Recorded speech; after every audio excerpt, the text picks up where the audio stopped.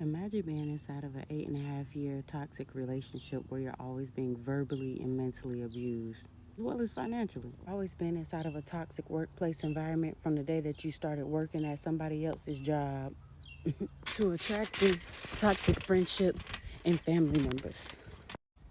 Yeah, that used to be me until I started healing, until I started going within and figuring out why I was the one that was attracting all of these things. Manipulative people, people who always wanted to take advantage of me. Shoot, lucky for me, that was years ago, and now I'm the best version of myself that I have seen.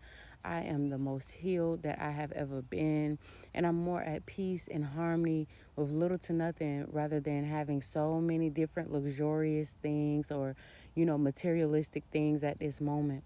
They say like the homeless or the people who have less have more joy, more peace, more bliss within their homes, within their lives, right?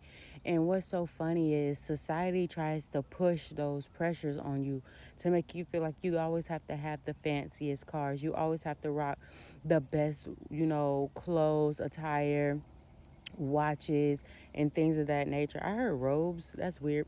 But, there is some high price robes out there now, mink and all that. But anyways, that it ain't about that. But the thing I came on here to say is once you start healing, you start like repelling those type of energies away from you. Once you start healing, you start to forgive people. Things don't really hold weight anymore. It's like they don't have the capacity within your life anymore to keep you down or to hold on to your energy, right?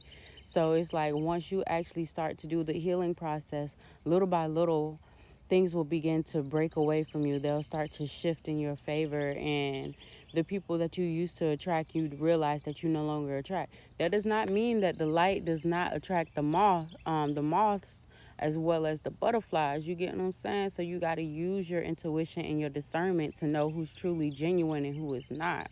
But the thing is that a lot of times people like to always trauma bond or always want to be like, oh, I went through this or I went through that. But they never try to put forth the effort to actually heal those situations within their lives, right?